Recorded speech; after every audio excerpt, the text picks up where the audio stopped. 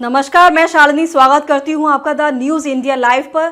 आइए नजर डालते हैं आज की बड़ी खबर पर। सरकारी राशन दुकान से 863 क्विंटल चावल और शक्कर गायब। फूड इंस्पेक्टर की शिकायत पर महिला समूह के 3 संचालकों पर एफआईआर। दुर्ग जिले के कुम्हारी में संचालित एक शासकीय उचित मूल्य दुकान में बड़े पैमाने पर अनियमितता सामने आई है।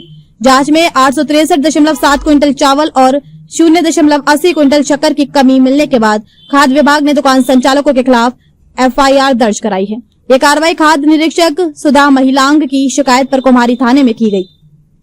जय मां बमलेश्वरी महिला स्वयं सहायता समूह के अध्यक्ष दुलारी बया, संचालक रोहिणी जांगड़े और कमलेश वर्मा को आरोपी बनाया गया है।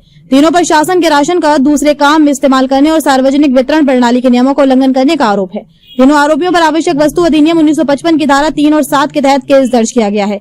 खाद्य नियंत्रक दुर्ग ने 30 जुलाई 2026 को आदेश जारी कर खाद्य निरीक्षक सुधा महिलांग को कुम्हारी स्थित शासकीय उचित मूल्य दुकान ID 4310060014 के संचालकों के खिलाफ एफआईआर दर्ज कराने के निर्देश दिए थे। इसके बाद 3 अगस्त को उन्होंने कुम्हारी थाने पहुंचकर शिकायत दर्ज कराई। जांच की शुरुआत दूरभाष पर मिली शिकायत के बाद हुई थी। शिकायत में कहा गया था कि दुकान समय पर नहीं खुलती, लोगों को राशन समय पर नहीं मिलता और कई बार हितग्राहियों को खाली हाथ लौटना पड़ता है। इसके बाद 31 मार्च 2025 को खाद्य निरीक्षक ने मौके पर पहुंचकर जांच की। जांच के दौरान कई गंभीर अनियमितताएं सामने आई। दुकान में शासन की ओर से लगाए जाने वाला पीला बोर्ड नहीं मिला।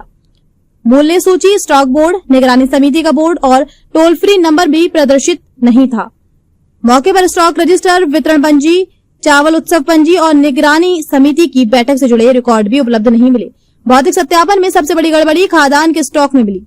ऑनलाइन रिकॉर्ड के अनुसार दुकान में 869.82 क्विंटल चावल उपलब्ध होना चाहिए था, लेकिन मौके पर केवल 13 क्विंटल चावल मिला, यानी 856.82 क्विंटल चावल कम पाया गया। बाद में विभागीय प्रकरण और सत्यापन के बाद कुल कमी 863.7 क्विंटल चावल और 0.80 क्विंटल शक्कर की दर्ज की गई।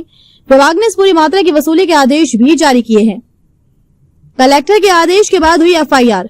जांच के दौरान ये शिकायत भी सही पाई गई कि दुकान नियमित रूप से समय पर नहीं खुलती थी। खाद्य निरीक्षक के प्रतिवेदन के अनुसार दुकान संचालक ने खुद स्वीकार किया कि स्टॉक कम होने के कारण दुकान समय पर नहीं खुलती थी और सभी हितग्राहियों को राशन नहीं मिल पाता था।